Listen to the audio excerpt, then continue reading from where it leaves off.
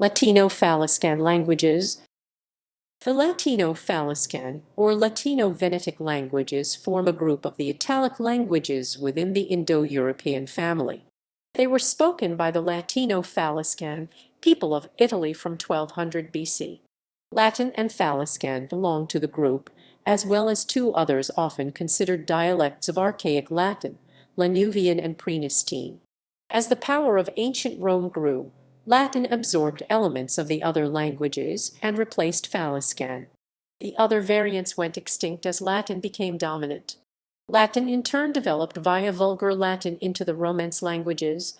This was largely a result of the influence of the Spanish, French, and Portuguese empires. Linguistic description. Latin and Faliscan have several features in common with Italic. The late Indo-European sequences *****, ****EU/ have evolved into AU. The Indo-European syllabic liquids ****L** are / have developed an epenthetic vowel O, giving Italic all, or. The Indo-European syllabic nasals ****M, and / have developed an epenthetic vowel E, giving Italic MN.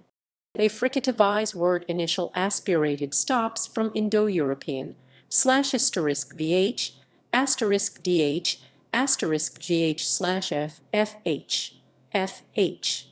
They assimilate the sequence ***P, KW/ into KW. KW Proto-Indo-European ***Penqui 5 Latin Quinq. Latin and Faliscan also have characteristics not shared by Italic. They retain the Indo-European labiovulars ***KW **GW/ESG, GU later becoming velar and semivocal, whereas in Osco-Umbrian they become labial PB. Latin and Faliscan use the accusative suffix d seen in medmi accusative, which is absent in Osco-Umbrian. In addition, Latin displays evolution of U into U. Latin Luna Proto-Italic ***Lauxna PIA ***Loxne 2 moon. Phonology.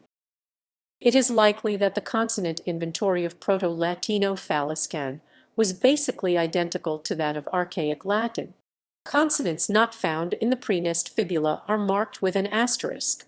The /kw/ sound still existed in archaic Latin when the Latin alphabet was developed, since it gives rise to the minimum pair qui/qui/who nominative qui/ku, I/to whom dative. Note that in other positions there is no distinction between diphthongs and hiatuses.